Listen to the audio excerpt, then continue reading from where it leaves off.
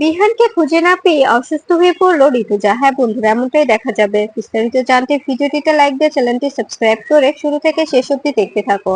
গল্পের শুরুতেই দেখা যাবে বিহানের ঘড়ি পেয়ে কান্নায় ভেঙে পড়ে কম্পাস। কম্পাস বলতে থাকে, তার মানে বিহান স্যারকে কেউ কিডন্যাপ করেছে, বিহান স্যারকে কেউ কেউ তুলে নিয়ে গেছে। বিহান স্যার নিজ ইচ্ছায় যায়নি, যদি নিজ ইচ্ছায় যেত তবে অবশ্যই ওনাকে কেউ দেখতে পেত, কিন্তু ওনাকে ওনাকে তো কেউ দেখতে পায়নি। সবাই তো ওনার ওনার গাড়িটাকে দেখতে পাচ্ছে, ওনার গাড়িটা স্থির হয়ে ওখানে দাঁড়িয়ে আছে, কেউ নেই। এই বলে চিৎকার করে কাঁদতে থাকে বিহান। বিহান মাটিতে কম্পাস মাটিতে লুটিয়ে পড়ে আর চিৎকার করে কাঁদতে থাকে আর বলতে থাকে, বিহান স্যার আপনি এভাবে হারিয়ে যেতে পারেন না, আমি আপনাকে খুঁজে বের করব। কোথাও যেতে পারেন না আপনি, আপনাকে আমি অবশ্যই খুঁজে বের করব। এরপরে বাড়িতে চলে আসে কম্পাস। তখনই অখিলেশ অফিসারকে বলতে থাকে, আপনারা কি করছেন এভাবে? আমার ছেলেটা তো একটা জলজ্যান্ত মানুষ তো আর উবে যেতে পারে না, তাই না? আমার ছেলেটাকে এভাবে আমরা খুঁজে পাচ্ছি না। আপনারা আপনারা কেন চুপচাপ বসে আছেন? আমার ছেলেটাকে যেভাবে হোক খুঁজে বের করে দিন। তা না হলে আপনারা কেমন অফিসার হলেন বলুন তো? এর আগের বার ওদের অ্যাক্সিডেন্ট হলো, সে ব্যাপারটা নিয়েও আপনারা কোনো রকম কোনো কিছু করতে পারলেন না। এখনো কোনো প্রমাণ জোগাড় করতে পেরেছেন? পারেননি। আর এখন এখন এত বড় একটা ঘটনা ঘটলো, আমার ছেলেকে খুঁজে পাওয়া যাচ্ছে না, তারপরেও আপনারা কোনো রকম কোনো গুরুত্ব দিচ্ছেন না। তখনই অফিসার বলতে থাকে, আসলে বেশি সময় হয়নি তো, উনি যদি নিজ ইচ্ছায় কোথাও যেয়ে থাকেন। তখনই ঋতুজা বলতে থাকে, এটা কখনোই সম্ভব না, আমার ছেলে কিছুতে কোথাও যেতে পারে না, আমার ছেলে নিজ ইচ্ছায় কোথাও যাবে না। ও ও এতটা রেসপন্সিবল নয়, এমনকি আমাদের বাড়ির একটা বাচ্চাও রেসপন্সিবল নয়।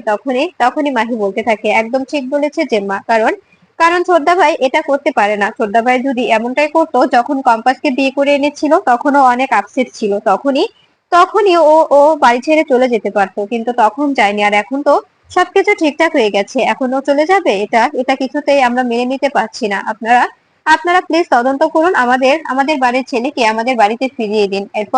এরপরে দেখা যায় অখিলেশ বলতে থাকে, আপনারা আপনারা এভাবে যদি হাত গুটিয়ে বসে থাকেন তবে কি করে হবে? আমাদের ছেলেটাকে এভাবে এভাবে হারিয়ে যাবে আমাদের মাঝখান থেকে। ও কোথায় ওকে আপনারা খুঁজে বের করে দিন, আমাদের ছেলেকে আমাদের কাছে ফিরিয়ে দিন।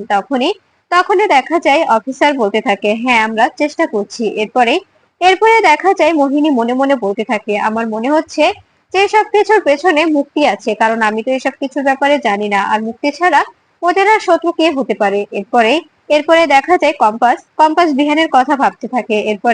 এরপরে দেখা যায় বিহানের বলা কথাটা মনে পড়ে যায় কম্পাসের। কম্পাস বলতে থাকে, বিহান স্যার আমাকে বলে গিয়েছিল যে উনি উনি আমাকে একটা সূত্র দিয়ে যাবেন, যদি কখনো আমার কাছ থেকে হারিয়ে যান আমি যেন ওনাকে খুঁজি, উনি আমাকে একটা সূত্র দিয়ে যাবেন। এই বলে কম্পাস বলতে থাকে, আমাকে একটু বেরোতে হবে মা, আমাকে এক জায়গায় যেতে হবে। তখনই দেখা যায় ঋতুজা বলতে থাকে, কোথায় যাবে তুমি? তখনই কম্পাস বলতে থাকে, আমাকে একবার কলেজে যেতে হবে, কলেজে গিয়ে দেখতে হবে। আমার মনে হচ্ছে ওখানে কোনো রকম ক্লু আছে, বিহান স্যার কোনো না কোনো ক্লু অবশ্যই রেখে গেছে। যে করে হোক আমাকে আমাকে বিহান স্যারকে খুঁজতে হবে, খুঁজে বের করতে হবে। আমি বিহান স্যারকে হারিয়ে যেতে দিতে পারবো না।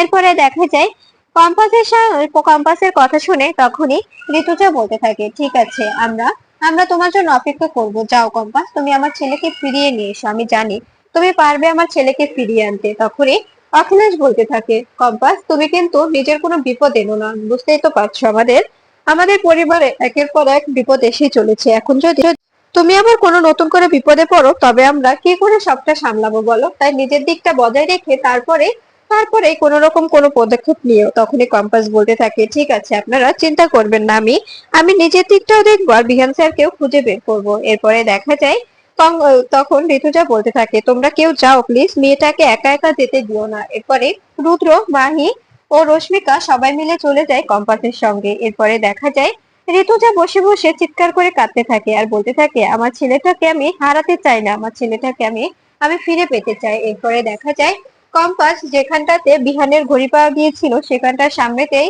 স্টোর রুম থাকায় কম্পাস স্টোর রুমে প্রবেশ করে। সেখানে গিয়ে টর্চের সাহায্যে সবকিছু উল্টে পাল্টে দেখতে থাকে। তখনই রুদ্র বলতে থাকে, কম্পাস তুমি কি খুঁজছো এভাবে? এভাবে কি খুঁজছো? একটা জলজান্ত মানুষকে কি এভাবে বইয়ের ভাঁজে পাওয়া যায়? তখনই কম্পাস বলতে থাকে, না, আমি আমি খুঁজছি যে বিহান স্যার কোনো সূত্র রেখে গেছেন কিনা। আমার বিশ্বাস বিহান স্যার অবশ্যই কোনো না কোনো সূত্র রেখে যাবেন, অবশ্যই সূত্র রেখে যাবেন, কারণ আমাকে বিহান স্যার এমনিতেই বলেছিল, মজার ছলে বলেছিল, যখন উনি হারিয়ে যাবেন তখন কোনো না কোনো সূত্র রেখে যাবে, যেটার মাধ্যমে আমি ওনাকে খুঁজে পাবো। তখনই তখনই দেখা যায় কম্পাসের চোখে একটি লেখা পড়ে যায়। এটা দেখে কম্পাস অবাক হয়ে যায়। কম্পাস বলতে থাকে, এখানে তো আগে লেখা ছিল না। এরপরে রুদ্রকে ডাক দিলে রুদ্র বলতে থাকে, একদম ঠিক ধরেছো কম্পাস, এটা বিহানের হাতের লেখায়, কিন্তু বিহান ডাস্ট কি বোঝাতে চেয়েছে। তখনই কম্পাস বলতে থাকে, আমার বিশ্বাস বিহান স্যার এই ডাস্টের সঙ্গে আর অন্য কিছু লিখতে চেয়েছিলেন, কিন্তু সুযোগ পাইনি।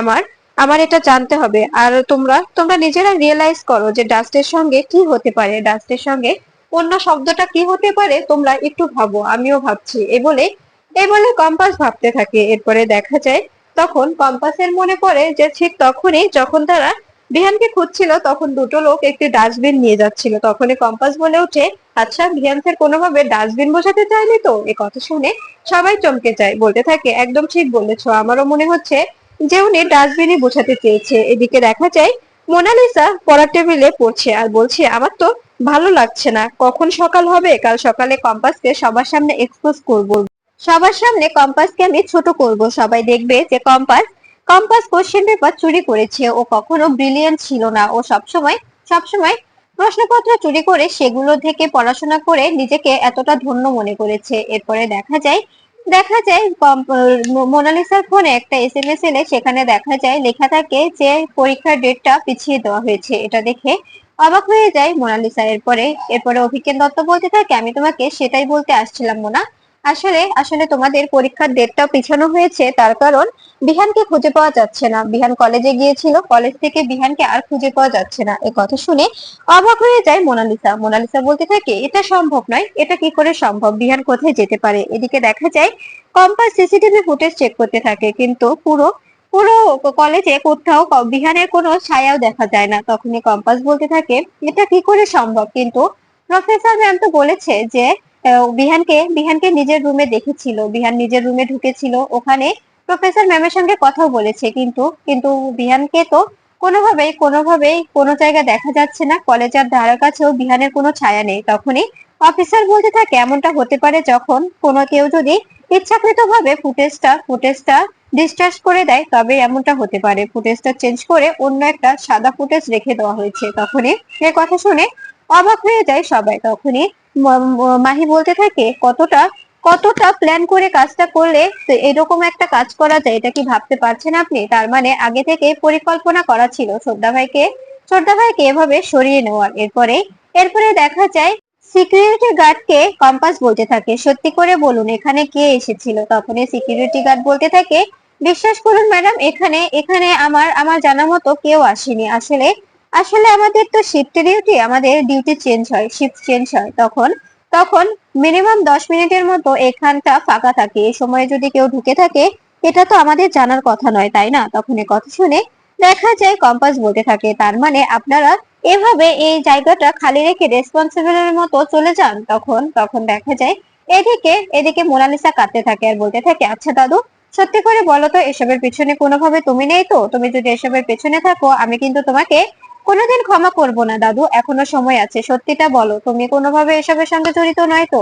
তখন তখন দেখা যায় অভিজ্ঞান দত্ত বলতে থাকে, এসব কি হচ্ছে মোনা, তোমার দাদুকে তুমি এতটাই এতটাই অবিশ্বাস করো এখন। আমি আমি যেটাই করি তোমাকে তো জানাই, তাই না।